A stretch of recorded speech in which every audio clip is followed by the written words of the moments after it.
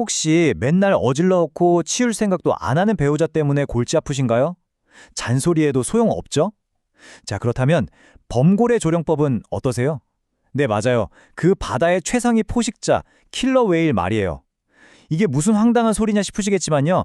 이 방법이 여러분의 관계를 진짜 놀랍도록 행복하게 만들어줄지도 모릅니다. 오늘 그 비밀을 한번 제대로 파헤쳐 보겠습니다. 자, 한번 상상해보세요. 출근 5분 전, 집안은 그야말로 전쟁터입니다. 그때 남편 스콧이 소리치죠. 내 자동차 열쇠 못 봤어?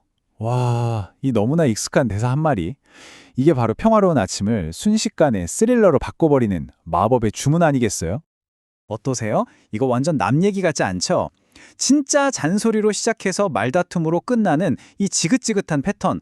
사실 모든 관계의 비극은요, 바로 이런 사소한 짜증에서부터 시작되는 거거든요. 그래서 오늘은 이 문제를 해결하기 위한 특별한 여정을 한번 떠나보려고 합니다.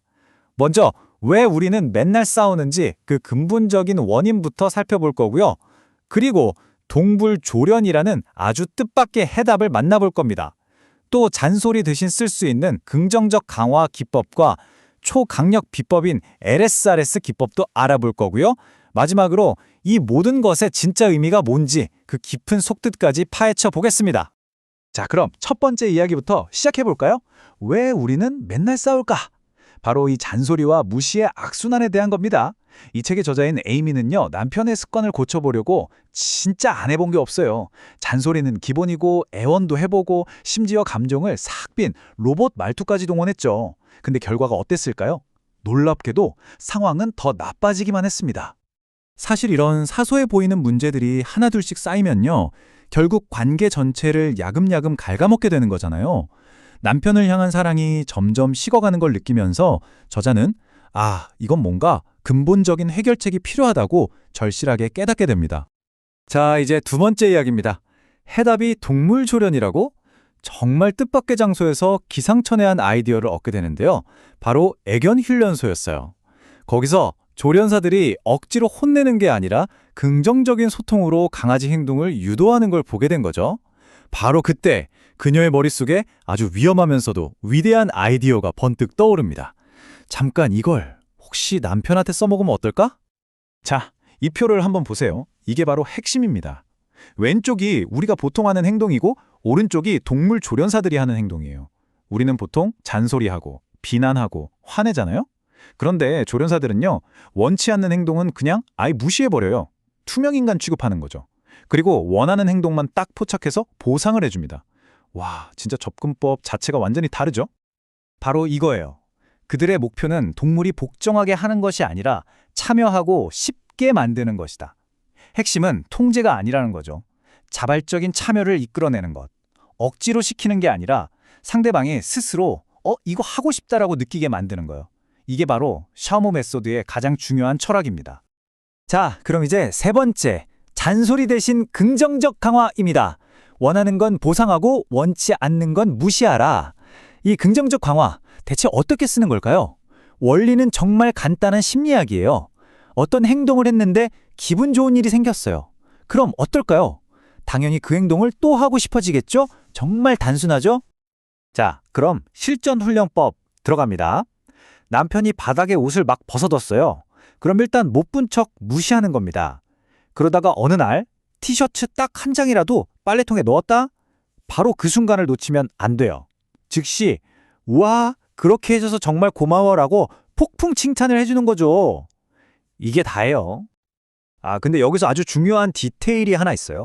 핵심은 시도가 아니라 행동 그 자체를 보상해야 한다는 겁니다. 시월드에 있는 흰 돌고래 이야기인데요.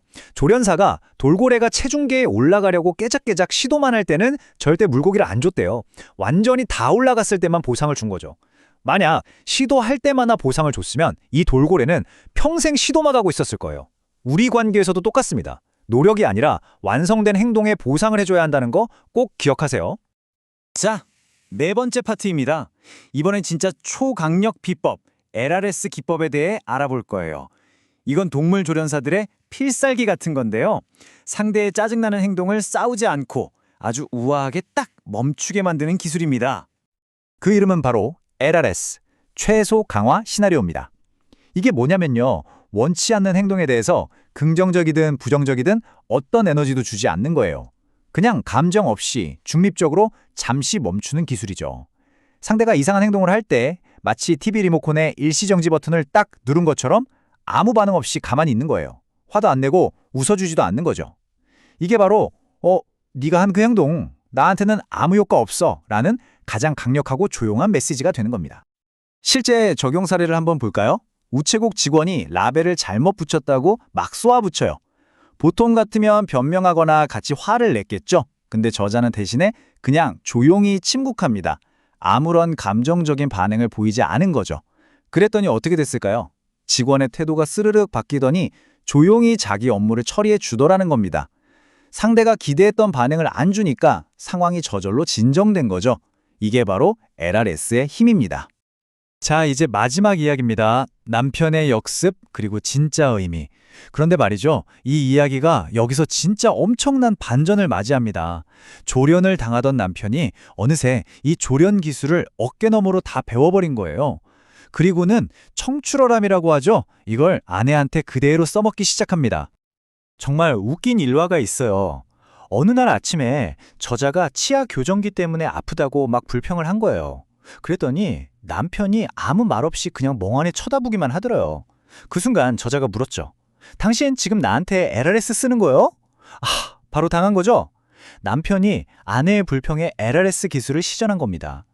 이 순간부터 이 기술은 더 이상 한 사람의 조종이 아니라 둘만의 유쾌한 소통 언어가 된 거예요. 그러니까 이 기술들은 누군가를 통제하기 위한 게 아니라는 거예요. 우리가 서로에게 어떻게 반응하는지, 그걸 좀 더 의식하게 만들어주는 거죠. 결국 샤모 메소드는 비밀스러운 남편 조련 프로젝트로 시작했지만 나중에는 부부 사이에 더 나은 소통을 위한 공통의 언어로 발전한 겁니다.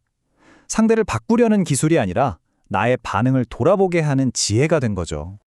자, 그럼 이제 여러분께 질문을 던져보고 싶어요. 이런 방법들이 과연 상대를 내 마음대로 하려는 교묘한 조종일까요? 아니면 불필요한 감정 싸움을 피하는 좀 더 현명한 소통 방식일까요? 오늘 이야기의 결론입니다. 샤모 메소드는 타인을 바꾸는 기술이 아니라 자신의 반응을 바꾸는 지혜라는 것. 결국 관계에서 우리가 가진 가장 큰 힘은 상대를 바꾸는 능력이 아니에요. 바로 내 자신의 반응을 선택하는 힘이죠. 어쩌면 우리가 진짜 길들여야 할 대상은 상대방이 아니라 바로 나 자신일지도 모르겠습니다.